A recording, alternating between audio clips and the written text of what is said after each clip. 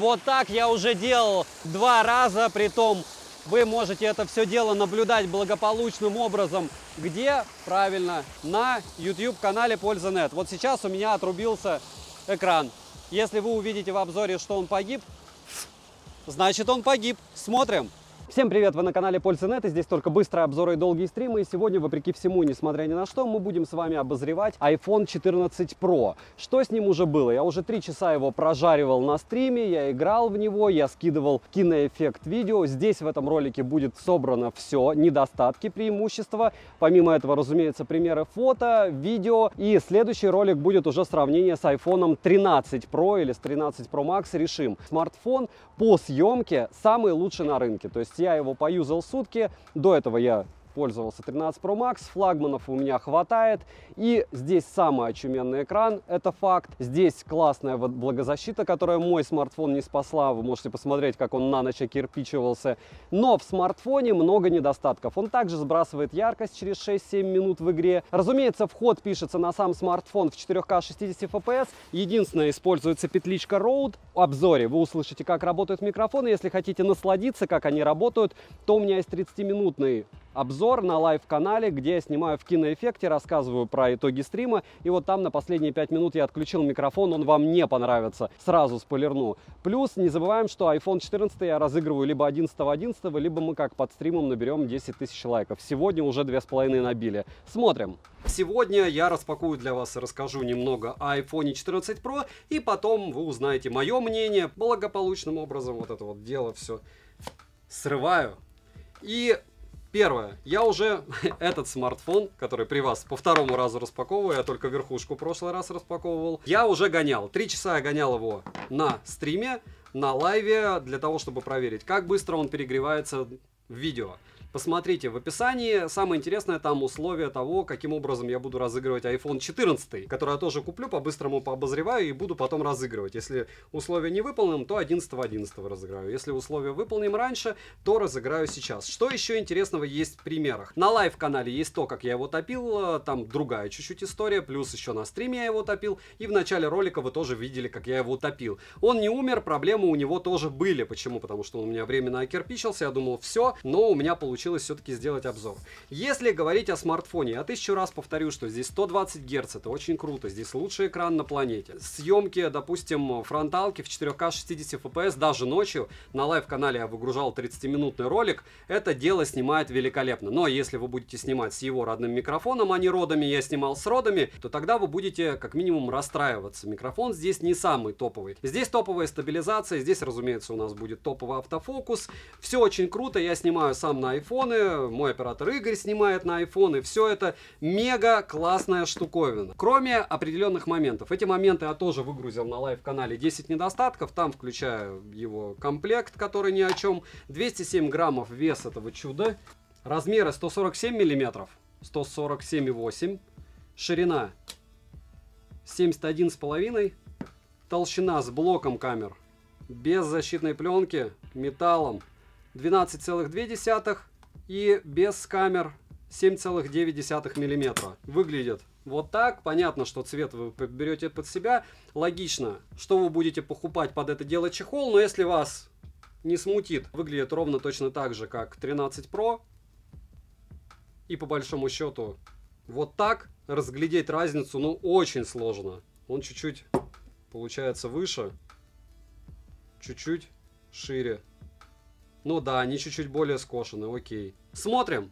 Розыгрыши море, читаем описание, какие сейчас актуальны. Постоянно это 5 Mi Band 6 серии разыгрывается за лайк, подписку и комментарий к любому видео. Помимо этого разыгрывается смартфон OnePlus Nord N20 SE и iPhone 14. Все условия в описании, перейдем же к смартфону. Полетели. Приобрести данную модель можно в черной, белой, золотой и фиолетовой расцветке. Дизайн этого чуда не изменился. Одно из основных отличий, как все знают, это динамический остров, который пришел на смену челке. Выглядит это интереснее и лучше, чем обыкновенная челка, ну на этом и все. Дырка, если бы мы относились к этому как к фронталке, просто космическая. Тыльная часть из матового стекла и нержавеющей стали, а с фронтальной части у нас керамический экран с олеофобным покрытием. Материалы топовые, сборка хорошая, в руке смартфон лежит без чехла, приятно. Тыльная часть не маркая, но рама просто моментально собирает отпечатки. На корпусе расположена кнопка питания, качели регулировки громкости и переключатели режимов звука. Ничего не поменялось. Далее, разъем, к сожалению, Lightning, это USB версии 2.0, он не быстрый, вот такая вот печаль. Не будет здесь Type-C. Микрофоны, динамик, один основной, один разговорный. Звучание здесь стерео, так как разговорный выступает в роли основного. Звучание, как для iPhone, отличное, но не особо отличается от 13 Pro. В приложении музыка есть готовые пресеты для звучания. Мини-джека и К-порта, разумеется, не завезли, как и нет места под microSD. К слову, слот на одну физическую сим-карту у меня в наличии, а активные eSIM можно завести до 2 штук и хранить 8 или более eSIM. Притом в версии для США симки физически не запихать, так что если вы находитесь в России и купите смартфон из США, потом будет довольно проблематично симки менять, если вы будете куда-то летать. Подумайте над этим. Летим дальше. Смартфон оснащен Super Retina XDR OLED дисплеем на 6,1 дюйм с разрешением 2556 на 1179 точек, контрастность 2 миллиона к 1, типичное значение, широкая цветовая гамма DCI-P3, все как у всех, HDR10 на борту, матрица экрана абсолютно плоская, что очень удобно для игр, хотя о них мы поговорим позже. Плотность пикселей 460 ppi с небольшим запасом, максимальная яркость 1000 нит, пиковая яркость 1600 нит HDR и пиковая яркость, если мы вытащим его на солнце, будет до 2000 нит. При прямом попадании света на экран яркости хватает и пользоваться смартфоном можно без проблем. В принципе, так же, как его младшими собратьями. В 13 Pro и 13 Pro Max тоже с яркостью никаких проблем в обычном использовании не было. Частота обновления экрана адаптивная до 120 Гц, шим на 100% яркости 12, на 50 17, на минимальной 40, на нуле 10. Показатели шима отличные, глаза от экрана не устают, лучшего экрана я не встречал. Как и многие другие обзорщики. True Tone на борту, как и Night Shift, разумеется. Под разными углами тон картинки слегка бросает в холодный оттенок. Always On Display в наличии, вдобавок полноценный, что, конечно же, круто для айфона. Притом он подстраивается не просто циферки, а под ваши обои. Обои вы видите, все в один цвет. Будете радоваться, пока это все дело не скопирует Android, что, я думаю, произойдет в ближайший месяц. Далее, на 10 пальцев экран не откликается, и это странно. Но вы можете написать, что это тоже не важно, как обычно фанаты айфона и делают. Разблокировать экран можно при помощи Face ID, ну и либо кодом. Срабатывает оно хорошо, даже под углом, но сказать, что данная технология топ, я не могу, так как встречал куда корректнее работающий датчик распознавания лица. Опять же, можете спорить. Зарегистрировать биометрические данные можно только одного лица. Летим дальше. Установлен здесь новый бионический чип A16 с техпроцессом 4 нанометра, 6 ядрами, максимальная частота которого 3,4 ГГц. Также смартфон имеет 5-ядерный графический процессор и 16-ядерный нейронный процессор. Интерфейс iOS 16 версии. Оперативная память только на 6 гигабайт. Кстати, проверим, сможет ли он в Твиче стримить в онлайне, потому что его младшие собратья 13 Pro Max не смог этого сделать. Притом какой-нибудь там смартфон из разряда OnePlus Ace Racing Edition свободно мог стримить в Твиче в онлайне через Wi-Fi и показывать еще игрушку. Притом игра шла без фризов. Вот такие вот дела. Так что думайте, если будете покупать для игр, обязательно карту захвата берите. Внутренняя память на 128, 256, 512 или 1 терабайт. Имеется поддержка высокоскоростного Wi-Fi 6 серии. И напоминаю, да, это не последний Wi-Fi, есть еще 6E. Я не знаю, почему они его использовали. Я не знаю, почему этот смартфон качает с моим гигабитным интернетом и Wi-Fi 6 серии в 3 раза медленнее, чем любой Android, дороже $200. Но это факт. Genshin, он качал максимум со скоростью 12 мегабайт в секунду, а все остальные девайсы у меня качают со скоростью 30 мегабайт в секунду. Все пруфы можете посмотреть на 3-часовом стриме, который у меня в записи. Я тестировал этот смарт. Вы смотрели, как он мучился. Поддержка 5G сетей на борту. 4G имеют и 7 и 20 бенд. Связь смартфон ловит хорошо, звучание при звонках отличное, микрофоны отрабатывают великолепно, и датчик приближения за время использования, разумеется, меня не подводил. Запись разговора в стоке, разумеется, отсутствует. VO LTE на борту, как VO Wi-Fi. Вибромоторчик тактильно приятный, но не настраиваемый. Bluetooth последней версии 5.3. NFC поддерживается, но мы же понимаем, что на данный момент это бесполезная функция, только если вы не начнете танцы с бубном, не начнете смотреть блогеров, ходить по каким-то сервисам, и вам не будут заводить эти программы для оплаты, которые неизвестно, что сделают еще с вашим смартфоном. Из навигации на борту GPS GLONASS, Galileo, QZSS и Beidou. Из датчиков на борту Face ID, лидарный сканер, барометр, гироскоп, акселерометр, датчик приближения и двойные датчики датчики освещенности. Емкость аккумулятора 3200 мАч.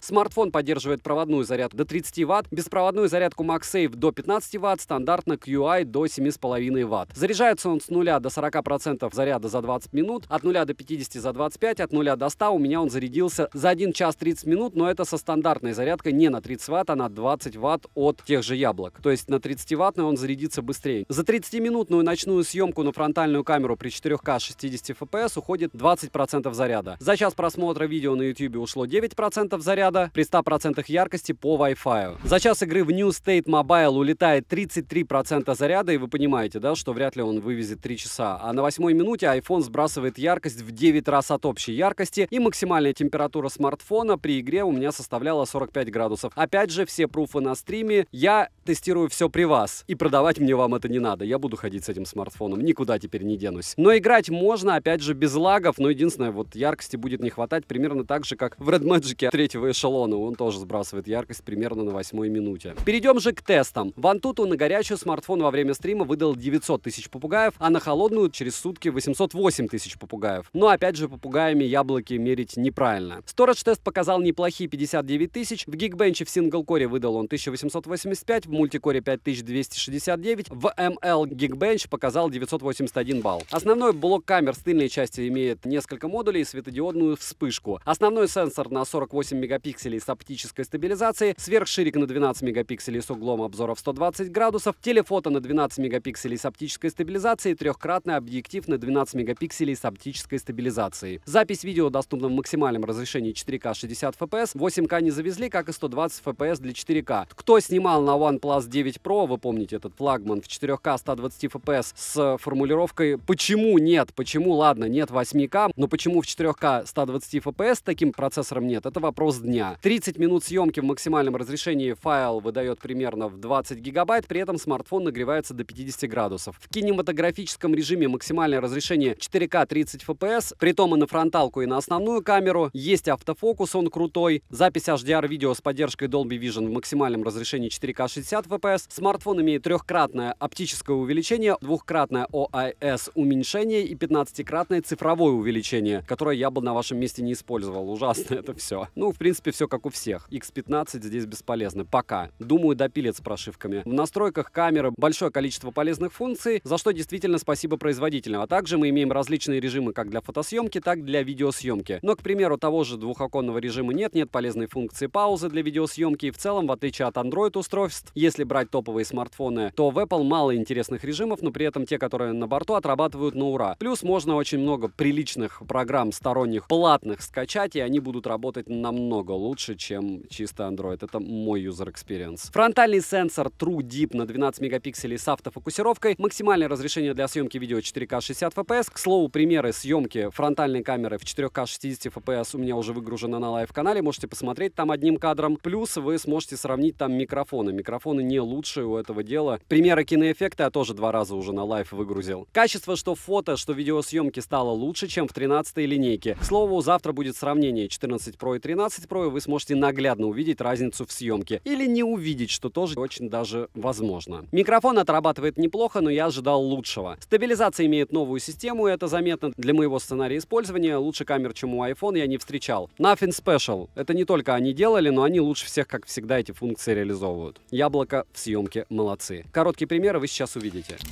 Ночь, основная камера 4К 60 FPS.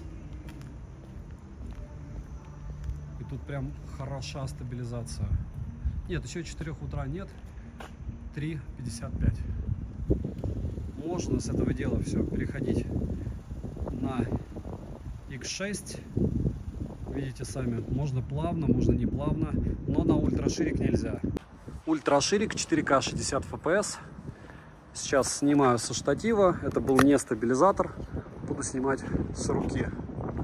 Вот так примерно ночью у вас будет возможность снимать со стоком iPhone. Опять же, допустим, я пользуюсь сторонними программами для съемки на iPhone, но это уже другая история, потому что мы должны тестировать в том, в чем, скорее всего, основная масса будет снимать, а основная масса будет снимать в 4К 60 FPS на ширик, ультраширик и со стоковой камеры.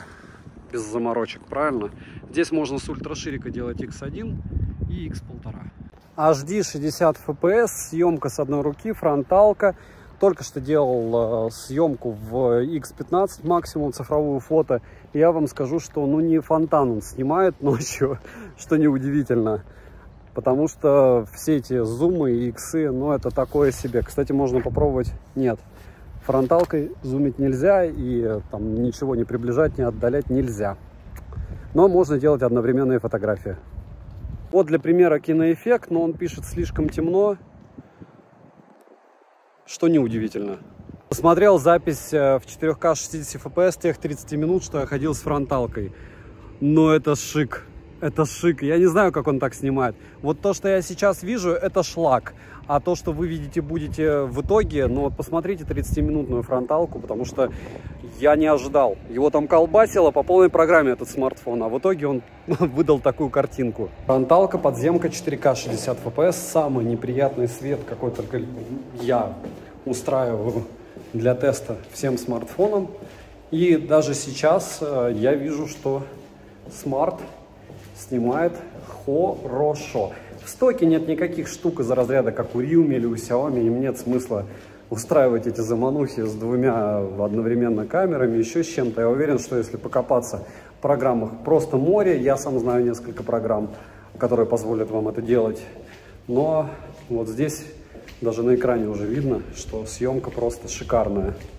Шикарная, как у 13 Pro и 13 Pro Max. 4 часа ночи, хотя это не особо и важно. Ультраширик, родной микрофон. iPhone 14 Pro, съемка в пешеходном переходе. Вот так. С основной камеры. Есть еще режим Action. Вот я, допустим, в нем пробегусь на ультраширике. Потом оцените. Режим Action на основном модуле. Тоже пробегаюсь. Пишет слишком темно, но все равно потом оцените.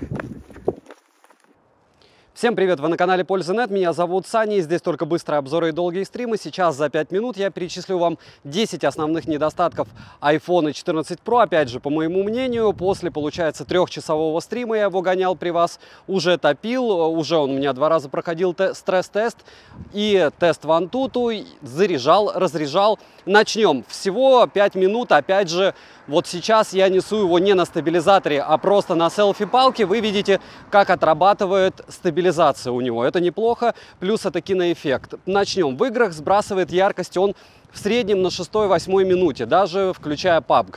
То есть я играл в PUBG, он сбрасывает на 8. Я играл в танки, он примерно сбрасывает на 7 минуте. Понятно, что выкручены настройки на максимум, но в идеале все то же самое, что и iPhone 13 Pro Max у меня, как у человека, который играет, либо как у человека, который видел, опять же, их рекламу и обещание не сбрасывать яркость. То, что они сбрасывают яркость практически в 9 раз. Еще раз повторяюсь, на стриме был тест. Я все это дело благополучным образом показывал. Мало того, что показывал, вы еще можете все это дело пересмотреть и почитать эмоции людей. Большинство, конечно же, пишет, что это брак. Большинство пишет, что я недолюбливаю iPhone. И, к слову, я хожу с iPhone 13 Pro Max. Второе – это комплект. Он как был нулевой, так и остался. Когда ты покупаешь какой-то смартфон дороже, чем за 100 тысяч рублей, ты все-таки надеешься хотя бы, не знаю, на защитную пленку, еще что-то.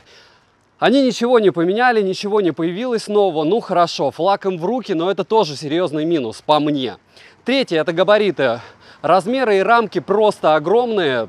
То есть у нас остров оставили, он выглядит неприкольно. Он первое время кажется, о, дырка. А потом ты понимаешь, что если сравнивать с тем же андроидом, и когда ты говоришь на андроиде, допустим, на Vivo X80 Pro, что ничего себе, вот эта фронтальная камера такая огромная, а потом смотришь на iPhone, и там такая дырень.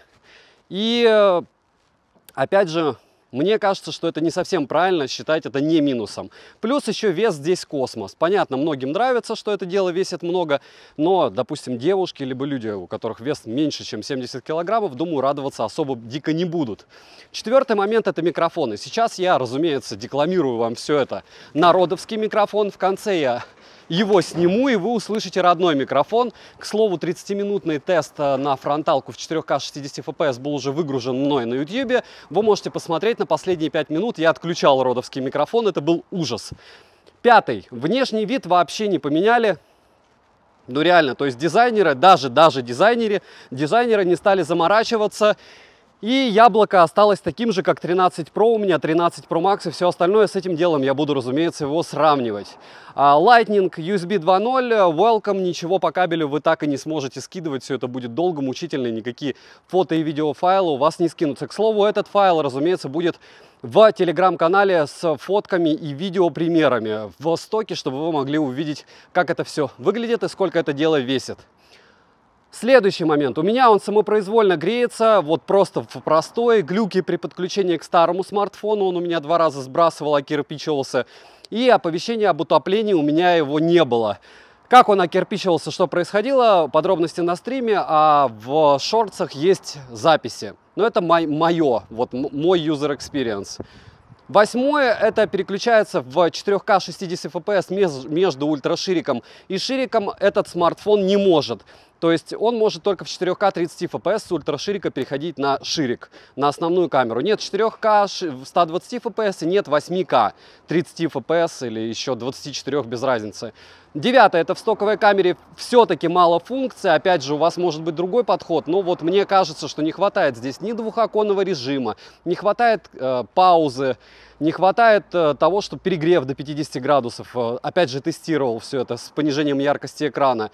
И видео будет весить 40-50 гигабайт. И быстрый расход батареи 33% PUBG. Он поедает на понижение яркости. То есть после 8 минут ты играешь, он понижает яркость, и плюс еще 33% он все равно пожирает в час. Это много. Долгая зарядка, в целом хватит. Спасибо всем, кто посмотрел. Пишите в комментах, как ваше мнение, какие еще минусы.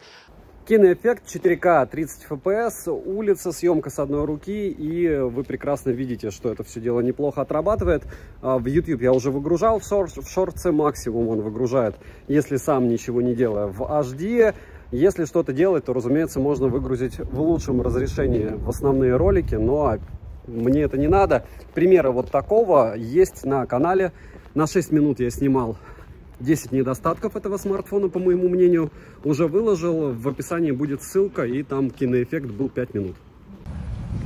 День, киноэффект. И можем в режиме реального времени, вы, к сожалению, не видите, следить за тем или иным участником движения. Основная камера, наш любимый ширик, 4К 60 FPS. Стаб, опять же, я вижу, что работает не очень хорошо. Микрофон и правда нехорошо работает, а вот со стабилизатором все волшебно, потому что то, что я вижу на картинке, в записи выглядит нереально бомбически, в том числе на YouTube. Понятно, мы уже протестировали этот смарт, и вы уже видели примеры, что ночью все равно все снимает довольно плохо. Опять же, когда я сравниваю микрофоны данного смартфона с родовскими микрофонами, которые стоят как треть его стоимости, в принципе, в магазине, логично, что он будет работать чуть-чуть хуже. По поводу его родных микрофонов, ну, работают они неплохо, но я встречал получше микро. По поводу съемки, вы сами все видите, можно с руки снимать и не особо беспокоиться даже о походке. Все равно ничего колбасить не будет. 4К 60 FPS, ультраширик, еще немного ультраширика. И вы видите, что стаб даже с ультрашириком работает хорошо. Детализация лично мне нравится. Да и в принципе все здесь отлично. А если встать, то вообще будет урбанизм похож на что-то приятное. Вот так съемка идет с одной руки ночью, глубокой ночью. Много 4К 60 FPS. Самое интересное, что в режиме портрета вы можете отдалять, приближать картинку на фронталке, а вот в режиме съемки нет. Почему бы было не сделать хотя бы увеличение, правда? Может быть, потом появится. Минусы: сбрасывает яркость в играх, нулевой комплект, Apple своим традициям не изменяет. Огромные рамки у экрана, островок оставили, хоть и он теперь не такой, как в 13-й линейке. Внешний вид тот же, старая версия Lightning, самопроизвольно греется, также встречаются постоянные подвисания системы. При утоплении не приходило оповещение, что в разъеме у меня вода, притом он у меня окирпичился. Всю линейку событий можете посмотреть и на стриме, там он у меня тоже был окирпичен, и сегодня он у меня тоже. После того, как я его разок окунул в воду в начале ролика, он окирпичился. накопичился, пришлось вызывать ремонтника, отключали аккумулятор, подключали аккумулятор. Внутри воды не было, но вся эта лирика есть в телеграм-канале взаимопомощи, можете почитать, посмеяться надо мной. Нельзя переключаться между сверхшироким сенсором и основным при 4К 60 FPS во время съемки. Ко всему еще добавлю бесполезную для нас связь со спутниками. В РФ это дело не поддерживается. Бесполезный на данный момент NFC-модуль, если вы не будете рисковать. Быстрый расход аккумулятора и долгая зарядка. Опять же, относительно куплю новую зарядку и, наверное, сравню. А расход аккумулятора быстро, опять же, в каких-то задачах в жизни аккумулятор не тает, все пока хорошо. Не знаю, где там мощнее стало в этом смартфоне, но, наверное, где-то стало. Я бы мог вам рассказать про две фоновые программы в островке, про то, что островок будут допиливать. Цену можете посмотреть по ссылке в описании к видео. Если промокоды смотрите в моем телеграм-канале, также по ссылке в прикрепленном комментарии. Вдруг на момент вашего просмотра появятся скидки, я туда обязательно скину промики. Все мои съемки на этот смартфон в не сжатом виде есть в телеграм-канале, где я делюсь фото и видео, так же, как мои подписчики. Какие-то в сжатом виде, какие-то нет. Приходите через хэштег, ищите необходимый вам смартфон, пишите владельцу, и он вам скидывает в общий чат примеры фото, видео того, что вас заинтересует. Я так делаю, и не только я. И еще раз напоминаю, что я не представитель магазина, у меня нет смысла какого-то вам толкать что-то. Поэтому даже если бы с этим смартфоном было все хорошо, учитывая, что iPhone 13 Pro Max стоит сейчас в Москве около 76 тысяч, я постоянно постю эту скидку. Плюс-минус. А iPhone 14, который на 3 головы ниже, стоит за 100, и даже если 80, то смысл переходить с одной линейки на другую нет. Вообще никакой, даже если вы снимаете, как и я, ролики на iPhone. Резюмировать бы я хотел довольно просто. Чем? Как правильно сказал Игорь, мой оператор, видно, что это снимает iPhone. Вы меня видите отлично, слышите через родовские микро, которые не ко всему подключаются, тоже великолепно. Если вы видеодел в любой форме и вам нужно что-то для подсъема, это must have. С другой стороны, если у вас есть 13 Pro и 13 Pro Max, я однозначно не вижу смысла переходить. Вам нужно ждать следующую версию, потому что отсутствие USB Type-C, а вот этот Lightning с версии 2.0, медленная зарядка, перегревы и еще много подводных камней не нивелируют его лучшую камеру, лучшую дырку, которая так и осталась. Это все тот же старый добрый iPhone 13 Pro, просто за космос ценник X2, потому что 13 Pro Max в телеграм-канале скидок можете посмотреть, продается 76 в среднем на распродажах. 13 Pro логично, что на десятку, на 15 дешевле, и смысл бежать вот за этот аппарат отдавать 150, кто-то отдаст 120, кому повезет, кто-то поедет в Европу, отдаст 110 и будет трястись, чтобы его на границе не забрали, потому что там тоже порог есть. Я понимаю, что все проносят по одному смарту, но молиться на этот аппарат однозначно не стоит. У меня на канале уже 8 роликов, посвященных этому девайсу. Я его буду однозначно в Твиче гонять на автономность. В нескольких играх я дам его другим блогерам еще, чтобы они сравнили камеры с другими аппаратами. Но вот эта штука однозначно мой выбор для съемки. Менял бы я этот аппарат или этот на него? Однозначно нет. Вообще смысла ноль. Девайсу однозначно да, потому что поиграться в киноэффекте в 4К 30 FPS, если у тебя деньги куры не клюют, либо ты хочешь продать почку, либо ты кредитоспособен, либо тебе есть что продать, либо, я не знаю, какие еще варианты, наверное, да. Во всех остальных случаях, если у вас есть разум и нет денег, то нет. Добра и удачи вам, дорогие друзья.